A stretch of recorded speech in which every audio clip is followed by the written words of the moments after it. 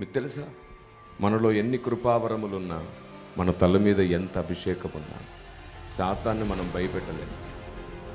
వాడు భయపడడు కూడా, ఎందుకంటే మనకంటే ఎక్కువ శక్తులు వాడి దగ్గరే ఉన్నాయి. వాడు అభిషేకానికి కృపావరములకు భయపడేవాడు కాదు, వాడు దేవుని జ్ఞానానికి భయపడిపోతాడు. దేవుడు ఎవరికి ఎక్కువ అర్థమైతే వారి ముందు వాడు ఏం చేయలేడు. వాడి పప్పులేవి.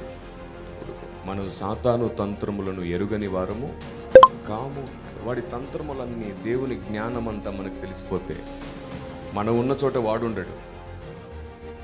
దుష్టుడు తరమకుండానే పారిపోతూ ఉంటాడు. ఈ చివరి దినాలలో సంఘానికి అత్యంత ప్రాముఖ్యమైనది ఏదైనా ఉంది అంటే అది దేవుని ఆలోచన విధానం. నా ప్రతి సందేశంలో నేను ఈ పదం వాడుతూనే ఉంటాను. గడిచిన 19 సంవత్సరాలుగా నేను చేస్తున్న ప్రతి సందేశంలో ఈ మాట పలకకుండా సందేశాన్ని ముగించలేదు. సంఘానికి అత్యవసరమైనది దేవుని ఆలోచన విధానం.